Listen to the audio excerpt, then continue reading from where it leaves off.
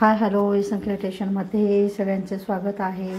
तर इथे बघू शकता, इथे गाजरं मी असे गाजरं छान मोठे बघून घेतलेले आहेत। याला स्वच्छ पाण्याने धुवून घ्यायचे। तर चला आपण याची गाजराची रेसिपी बनवूया। तर काय बनव, छान स्वच्छ धुवून घेतलेले आहे। एक दूध बॅग आणून मी आता हे तापवून घेते। इथे बघू शकता। तर चला आता आपण ह्या गाजरांना किसून घेणार आहोत। इथे बघू शकता, हे असे आपण धुवून घेतल्यानंतर गाजर प्रथम आपण धुवून घ्यायचे, नंतर त्याला असं किसून घ्यायचे, म्हणजे त्याचे वरचे साल काढून घ्यायचे।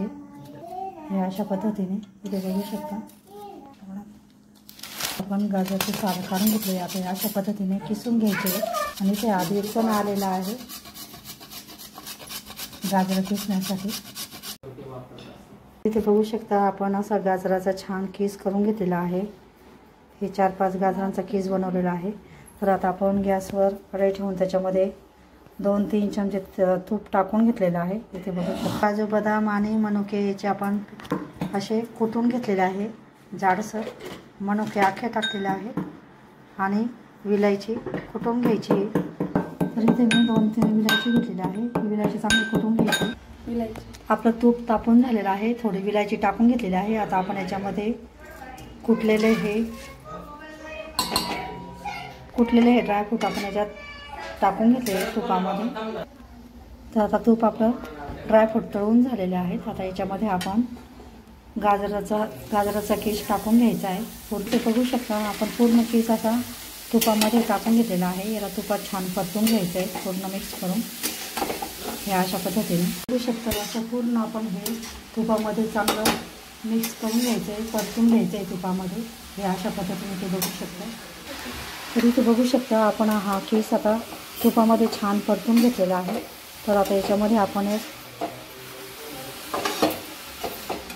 अंदाजानुसार आपण आता याच्यात साखर टाकून घ्यायची आहे।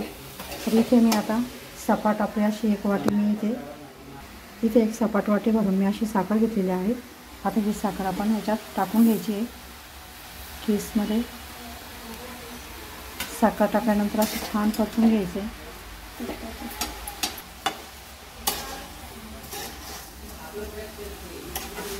अशा पद्धतीने चांगली साखर टाकल्यानंतर पूर्ण घ्यायचे, मिक्स करून घ्यायची साखर।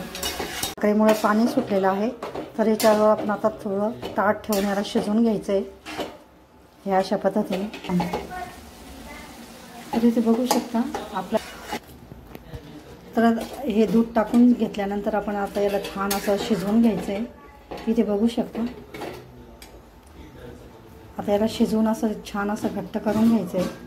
तर इथे बघू शकता आपला गाजराचा छान असा दुधामध्ये छान असा हलवा तयार झालेला आहे। तर हा गाजराचा हलवा आवडल्यास लाईक करा, शेअर करा। आपण हा कोरडा पण करू शकतो किंवा असा थोडासा पातळ पण ठेवू शकतो। तर इथे बघू शकता असा छान आपला गाजराचा हलवा तयार झालेला आहे। तर अशा पद्धतीचा गाजराचा हलवा तुम्ही पण नक्की करून बघा। व्हिडिओ आवडल्यास लाईक करा, शेअर करा, चॅनलला सबस्क्राईब करा। व्हिडिओ बघितल्याबद्दल धन्यवाद। मस्त खा आणि स्वस्थ राहा। पुन्हा भेटूया अशाच नवीन व्हिडिओ सोबत। तोपर्यंत बाय।